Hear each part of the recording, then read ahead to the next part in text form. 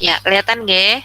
Nah, metode Simplex ini menurut Rahmi dan Mulia ini adalah metode yang secara sistematis dimulai dari suatu pemecahan dasar fleksibel ke visible lainnya dilakukan berulang.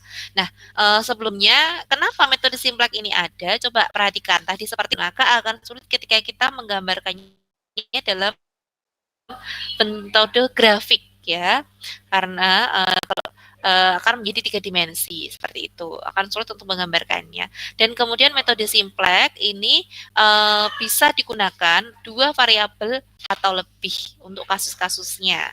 Nah, nanti untuk metode Simplex ini dalam bekerja menggunakan proses yang namanya iterasi. Dimulai dari titik ekstrem visible awal ke titik ekstrem visible lain yang berhubungan dan iterasi akan berhenti jika penyelesaian optimum. Jadi nanti iterasi satu kemudian selanjutnya sampai dia minimum sampai dia optimum. Nah, untuk metode Simplex biasa ini ya, yang disebut metode Simplex biasa atau maksimum minimum biasa ini kita menggunakan kendala atau masalah-masalah yang kendala strukturalnya itu semuanya menggunakan tanda nih. Tandanya adalah tanda kurang dari sama dengan, nggih. Tandanya seperti ini. Nah, jadi nanti untuk yang lebih dari nanti ada metode lain G nanti. Nah, akan kita pelajari besok. Nah, masalahnya muat variabel longgar nih. Nah, beberapa istilah dalam metode Simplex yang pertama ada iterasi. Ini adalah tahapan perhitungan.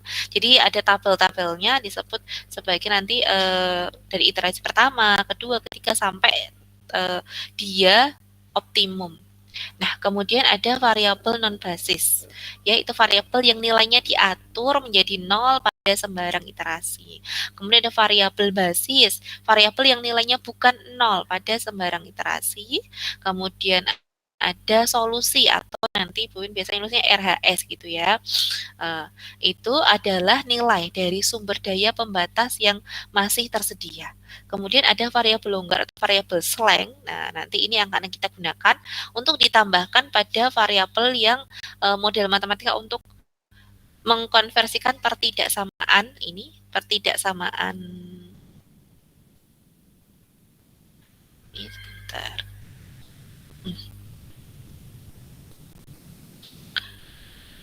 Nah, ketidaksamaan ini lebih kurang dari ini menjadi sama dengan kita menambahkan yang namanya variabel slang pada masing-masing pertidaksamaan tersebut. Kemudian variabel buatan yaitu variabel yang ditambahkan ke model matematika dengan bentuk pertidaksamaan kurang dari sama dengan atau untuk difungsikan sebagai variabel basis awal. Nah, selanjutnya ada yang namanya elemen pivot atau pivot elemen ini ya.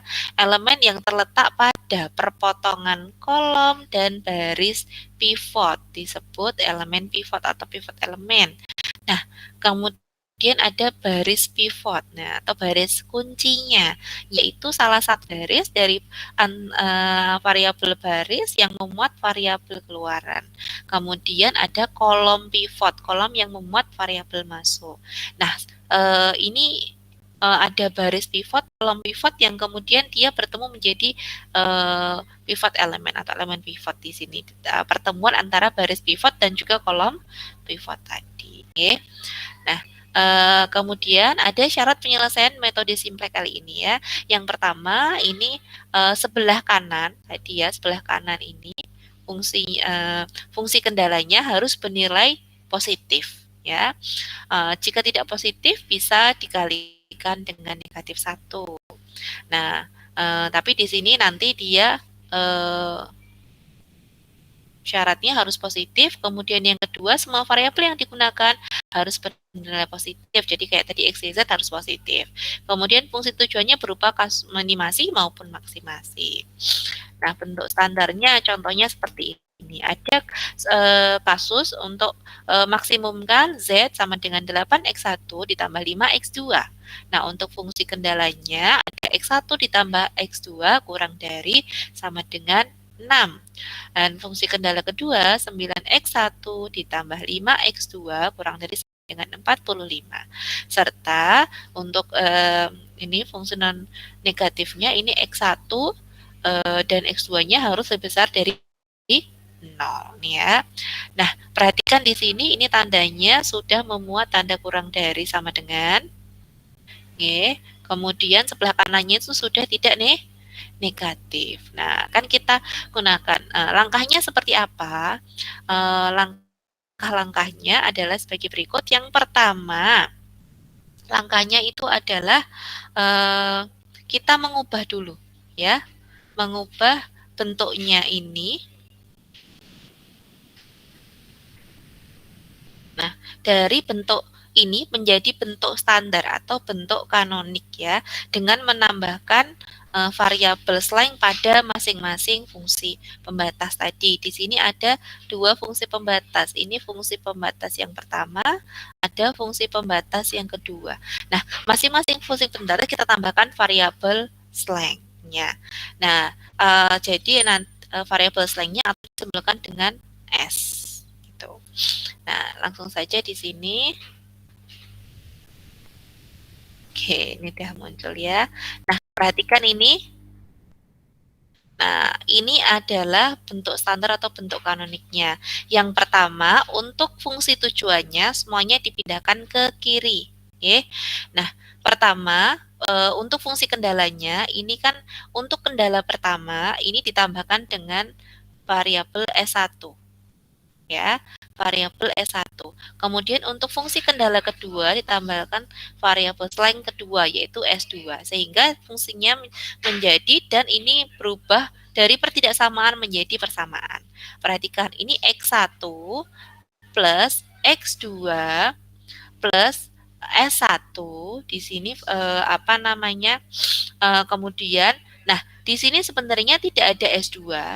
Nah, karena tidak ada S2 atau S2-nya nilainya 0, maka kita tambahkan 0 S2 ya.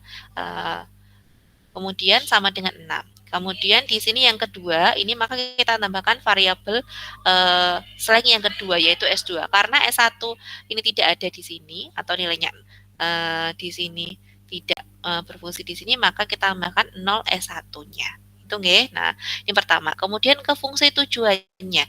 Fungsi tujuannya yang tadi di sini ya, yang ini kemudian kita pindahkan ke kiri. Berarti Z ini 8X1 atau kita semuanya ditambahkan 5X2. Nah, sehingga 8X1 ini menjadi negatif 8X1 dikurang 5X2. Nah, tadi ini kan tidak berfungsi di tujuannya, maka kita menjadi 0S1 dan 0S2. Tuh. Oke, kemudian kita tuliskan di sini. Nah, pertama ini adalah variabelnya. Di sini ada fungsi Z-nya, kemudian variabel ada X1, X2, kemudian ada variabel S1 dan S2. Kemudian selanjutnya di bagian bawah sini ada Z, S1 dan S2 saja. Nah, di sini B1 maksudnya adalah baris ke-0. Kemudian ini baris pertama, baris ke-0 ini adalah fungsi tujuannya. Baris 1, 2, 3 dan seterusnya nanti adalah pembatasnya. Oke.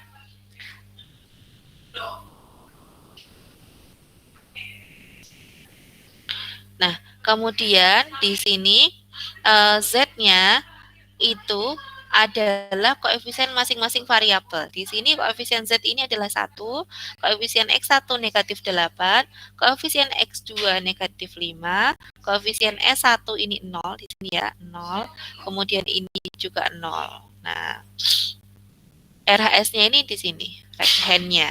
Nah, atau hasilnya ini ya, ini 0.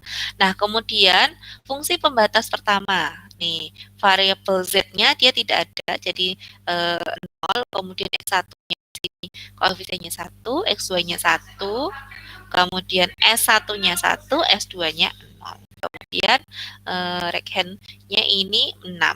Nah, ini di sini ya, ini RHS-nya di sini. Ini adalah RHS. Nah, oke, kemudian untuk fungsi kendala kedua, ini var Z-nya 0, kemudian X1-nya 9, X2-nya 5, kemudian ditambah eh, S1-nya 0 karena tidak ada fungsi nih. Ada variabel S1 di fungsi kendala yang kedua. Kemudian S2-nya 1, RS-nya 45. Nah, kemudian selanjutnya kita akan memilih akan menghitung rasio. Bagaimana cara menghitung rasio? Nih ya, rasio itu adalah RHS dibagi kolom kunci. Nah, pertama kita harus menentukan yang namanya kolom kunci. Kolom kunci itu apa? Kolom kunci adalah kita lihat di baris Z di sini, dia adalah yang negatif terkecil atau yang paling terkecil. Nah, dilihat di sini ada negatif 8, negatif 5, 0. Maka yang terkecil adalah yang X1-nya. Oke, X1-nya negatif 8. Nah, maka ini disebut sebagai kolom kunci atau kolom pivot tadi. Kemudian setelah itu RHS dibagi kolom kunci menjadi rasio. Dan rasio ini tidak boleh nilainya negatif ya.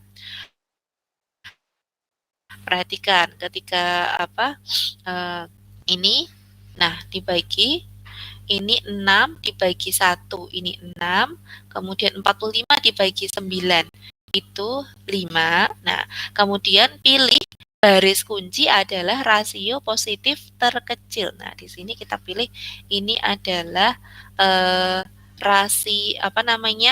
baris kuncinya. Nah, setelah itu kita sudah ketemu kolom kunci dan juga baris kunci. Nah, sampai di sini dulu. Sudah paham? Insya Allah. Suaranya Vin kedengeran ya. Nah, setelah itu kita buat iterasi yang selanjutnya. Nah, ntar biar. Nah, selanjutnya, apa fungsi baris dan kolom ini? Nah, ini disebut sebagai tadi ya elemen pivot. Nah, operasi baris elementer ya. Nah, di sini kita akan menjadikan kolom pivot ini menjadi satu. Kebetulan ini sudah satu. Kemudian kolom lain, baris lain di kolom pivot ini dia nilainya 0. Oke. Ini harus jadikan 0 dan ini harus jadikan 0 dengan operasi baris. Nah, kemudian perhatikan di sini selanjutnya karena ini sudah ini B1-nya baris pertamanya sudah 1, maka dia akan tetap. Nggih. Bentar.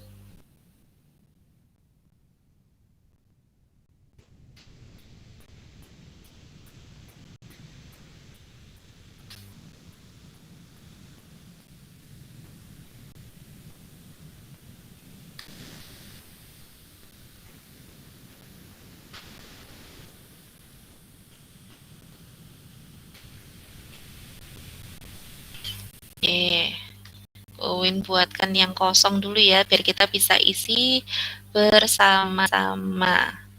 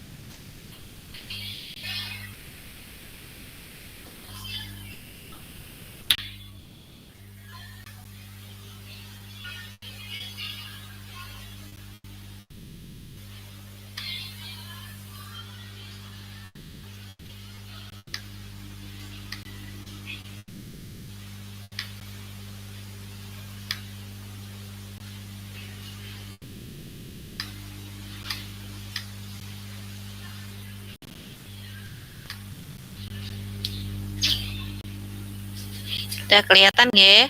Nah, perhatikan di sini, dilitasi kedua ini.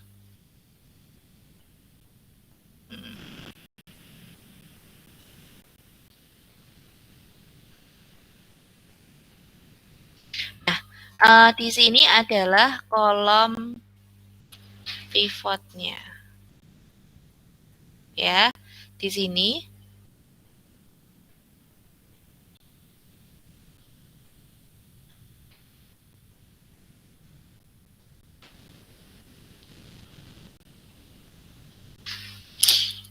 Nih. Ini adalah kolom pivot, ini baris pivot, kemudian ini adalah pivot elemennya satu. Nah, pivot elemen ini di literasi selanjutnya harus menjadi satu, kemudian baris lain pada kolom ini harus menjadi 0. Nah, cara menjadikan dia 1 dan 0 ini dengan operasi baris elementer. Nah, kemudian di literasi selanjutnya ini menjadi B0 aksen, tulis B0 aksen, B1 aksen, dan B2. Nah, maksudnya apa? Ini maksudnya di literasi selanjutnya ya, berganti karena beda literasi. Kemudian di sini kita lihat yang pertama adalah B1 aksen. Karena dia sama dengan sebelumnya, kita tulis B1 aksennya ini sama dengan B1. Ya, karena isinya sama, kita tuliskan sama, dia 0, 1 ya. Karena ini kan sudah 1, dia harus menjadi elemen pivotnya harus menjadi 1. Sudah 1, kemudian 1, 1, 0, di sini 6. Perhatikan sampai di sini dulu ya, ini cetak khusus karena ini kita mencari kolom pivotnya. Setelah itu, kita ubah ini B0 aksennya ini agar menjadi 0. Nah, coba Bu Win dibantu tadi Mbak Syirtu tadi. Nah, agar menjadi 0, kita operasikan operasi baris elementer. Ini dengan operasi apa? Nah, ini baris ke-0, baris pertama, ini baris kedua. Yo, silakan. Atau ada yang maaf, gimana? Bu. Itu kayaknya nggak jalan, Bu, yang tadi. Iya, Bu, tadi coret-coretannya. Oh, Bu Win tulisnya nggak jalan ya? Nggih, Bu.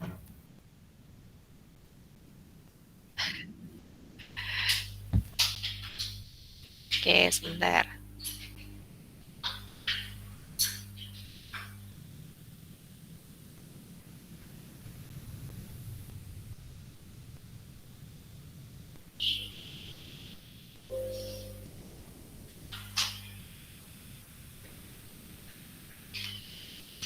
Ya, kita tulis di sini saja kalau begitu. Ini ya.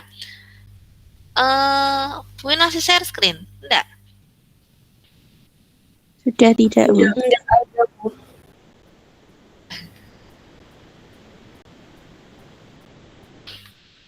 Iya, ya. Nah, perhatikan di sini. Ini kan Bu Win mau membuat ini.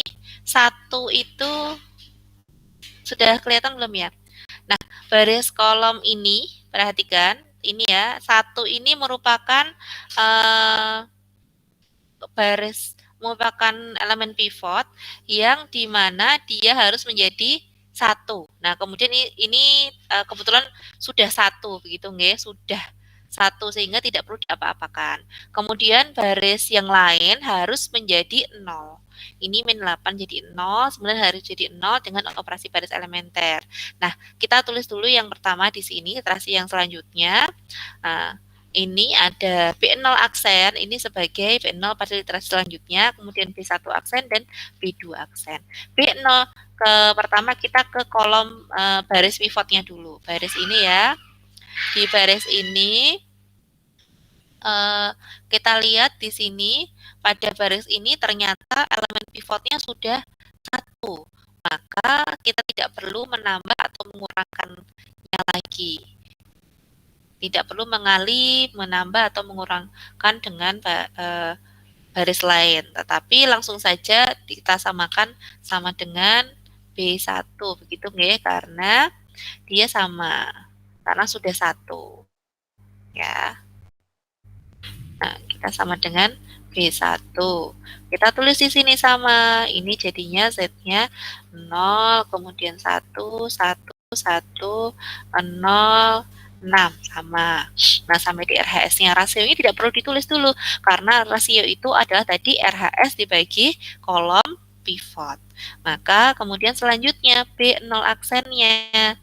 B0 aksennya berapa ini? Biar elemen ini, min negatif 8 ini menjadi 0. Nah, diapakan ini ya? Ditambah 8 R2.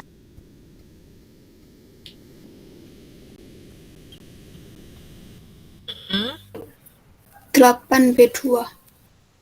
B1. Berarti 8 B0 sama dengan iya, B0 ditambah 8 B1. B1. Nah, sebenarnya kuncinya gampang, kalau dia negatif tinggal ditambah aja. 8 dari B1 aksen atau hasil dari ini tadi. Kan dia ketemu ya. Ketemunya seperti ini. Pasti ini kan hasilnya 1 di elemen pivot tersebut, pasti dia berubah menjadi 1. Selalu ya begini ya. Agar gampang diapakan ya, bingung gitu. Sebenarnya kalau dia negatif tinggal ditambah 8 elemen pivot. Kalau positif dikurangi elemen pivot, dikurangi 8 elemen pivot. Nah, ini ya, karena elemen pivotnya tadi di sini, maka di sini ini Buin tulis coret-coretannya di sini ya.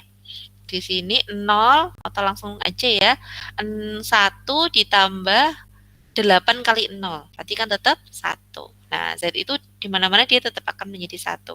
Kemudian di sini negatif 8 ditambah 8 kali 0. Berarti 0. Nah, nanti kalian tuliskan di sini juga. Misalnya kan begini ya. Ini kan negatif 8 dioret-oret ya, ditambah 8 kali 1. Nah, maka sama dengan 0. Kemudian nah, ini dioret-oretannya. Nanti di iterasinya baru tulisannya 0. Nanti di coret-coretannya boleh ditambahkan seperti itu. Kemudian yang X2-nya, perhatikan negatif 5 ditambah, tulis dulu ya, negatif 5 ditambah 8 kali 1. Berapa berarti?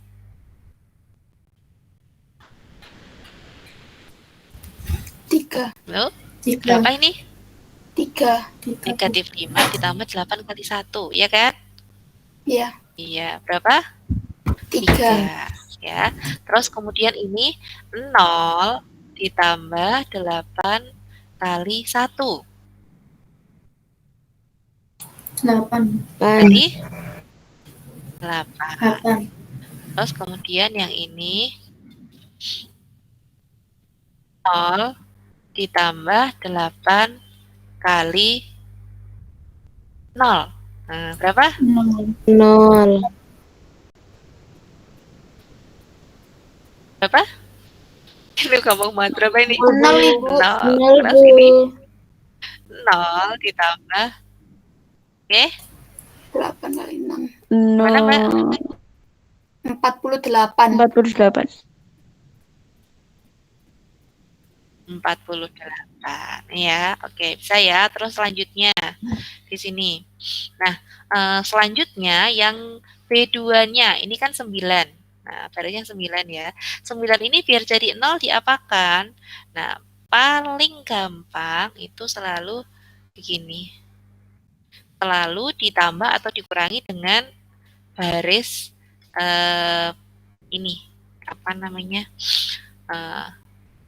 baris dari elemen pivot. Nah, maka B2 sama dengan B0 B2 dikurangi 9 dari B1 aksen. Karena B1 aksen itu selalu nilai elemen pivotnya 1. Oke, kemudian ini 0 dikurangi 9 kali 0 ya. Jadi kan tetap 0.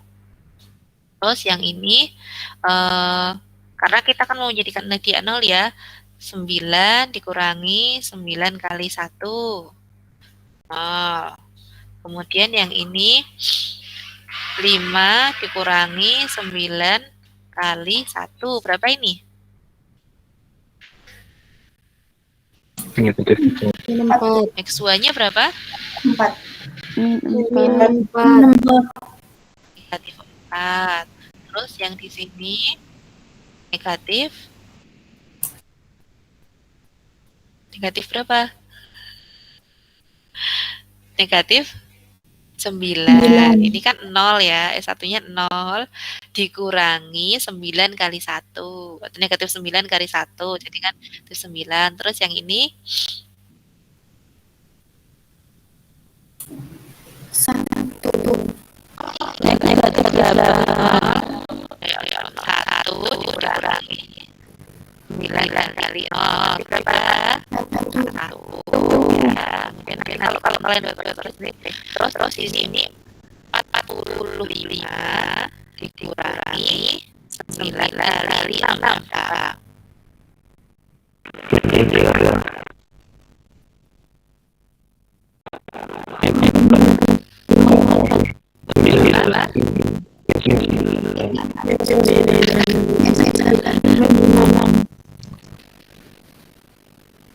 Negatif 9. Berarti di sini belum ya. Iya. Kok mana tadi?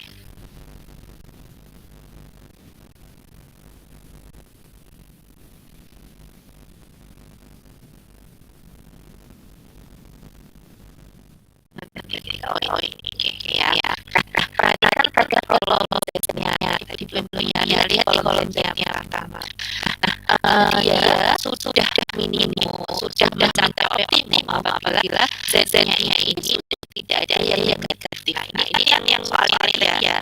Masih pertama kita pertamanya atau awalnya ini sudah masih ada Z-nya yang lainnya negatif ya. Terus kemudian tampil yang ini terasa selanjutnya ini pada Z-nya lihat ada Z-nya yang di sini yang negatif tidak. Iya. Masih ada yang negatif ya. Nah, ini keterangan ini tampilnya sudah mencapai optimum di mana di sini. Nah, dilihat di sisi ini perhatikan.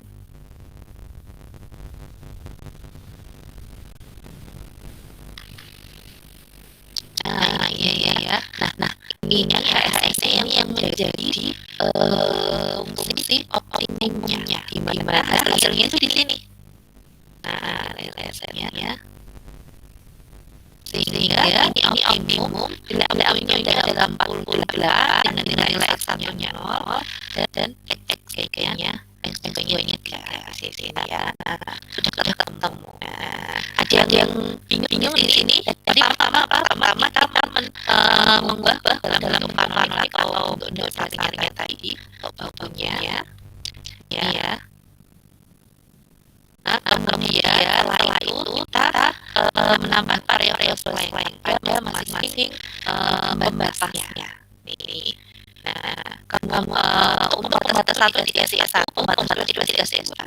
Nah, sedangkan untuk fungsi tujuannya ini kemudian dia dipindahkan ke sini semua. Dan variabelnya saya tulis masing-masing variabel yang S1 dan S2. Karena S1 tidak berpengaruh apapun pada fungsi tujuan, maka fungsi tujuan di sini ya definisinya 0. Kemudian menuliskan baris awalnya seperti ini baris ke-0, baris pertama dan baris kedua.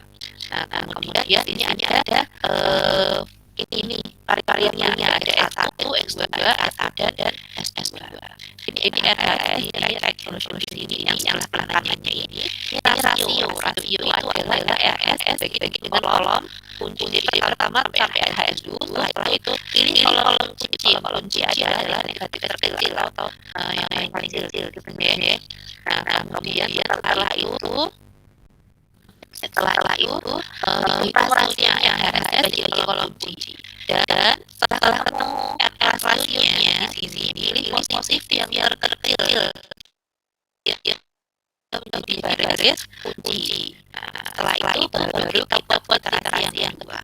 Dengan menjadikan elemen pivot ini menjadi satu, kemudian kolom elemen ini kolom kuncinya dari selain pivot elemen ini dia dengan operasi elemen tadi ya. Seperti ini sampai kemudian pada baris ini ada ini maka ini nilainya seolah ini umum. Jadi Z maksimumnya nilainya adalah 48. Baik, sampai ini ada yang ditanyakan tidak?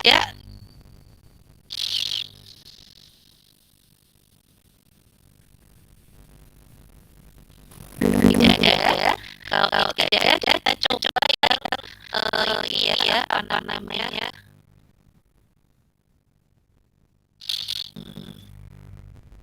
Coba ya yang ini. Tinggal isi.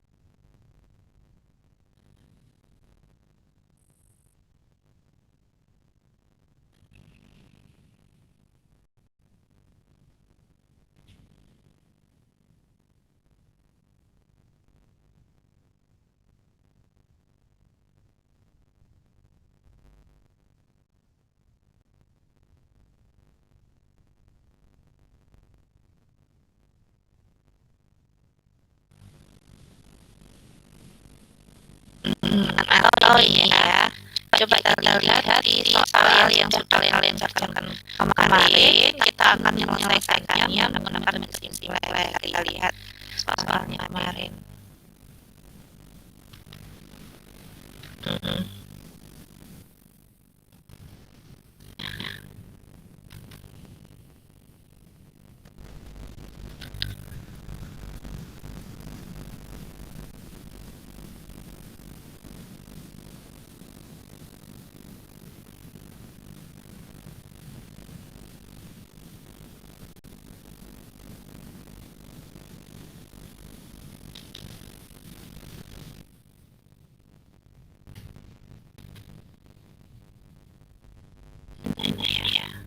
Kelihatan enggak?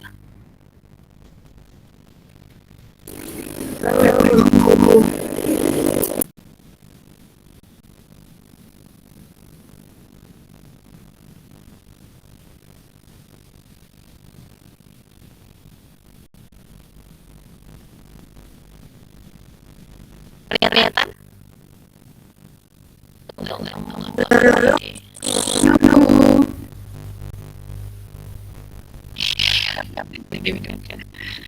Ya, ya.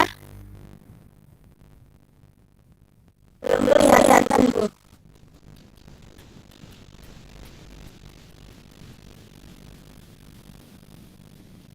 Oh, oke, ada. Yang tadi kalian sudah membuat tabel, yang sudah membuat ini apa namanya model-model matematikanya. Nah, kalian coba nomor 1 dan juga nomor 4 ya. Nomor 4 yang tadi sepertinya Mbak Sirlu beli share Mbak Sirlu untuk si tujuan dan kendalanya ya. Fungsi tujuannya bisa di share grup-grup. Kan belum semuanya tahu ingat ya. Itu fungsi kendalanya ada X plus Y kurang dari sama dengan 30 dan itu berdasarkan ya 2.250.000 plus 5.000 Y plus 4.000 kurang dari sama dengan 120.000. Nah, terus kemudian tujuannya maksimum dari 6.000 X plus 20.000 Y plus 15.000 Z. Silahkan nomor 1 dan juga nomor 4.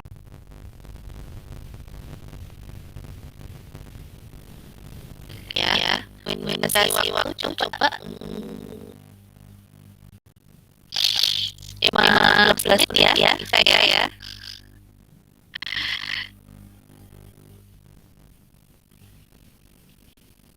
Ini berapa sampai berapa ini? Kalau kelas ini?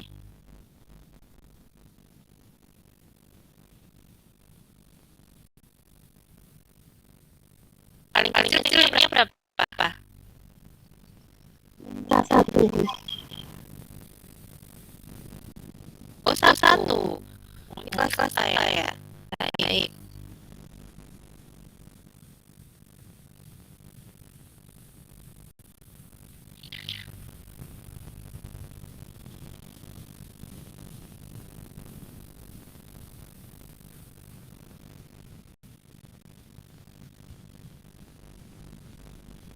Iya Mbak Cito.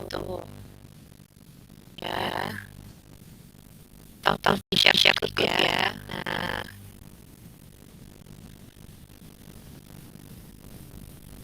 Coba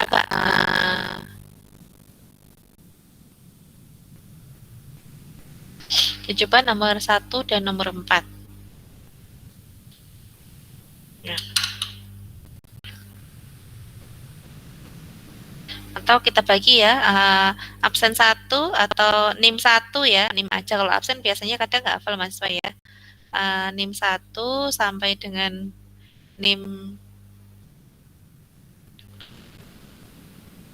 ini ya. Oh. Ini NIM 1 sampai dengan NIM 20 kita bagi 2 ya. Kalau tadi ada itu bisa mengerjakan nomor 1, kemudian 21 dan seterusnya bisa mengerjakan nomor 4. Nomor 1 saya rasa hampir semuanya udah benar ya, tapi nomor 4 ini ada yang memang kemarin soalnya yang kurang tepat.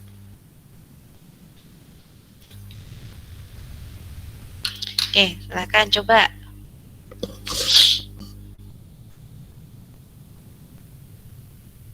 Bentar, ini kamar mandi dulu ya.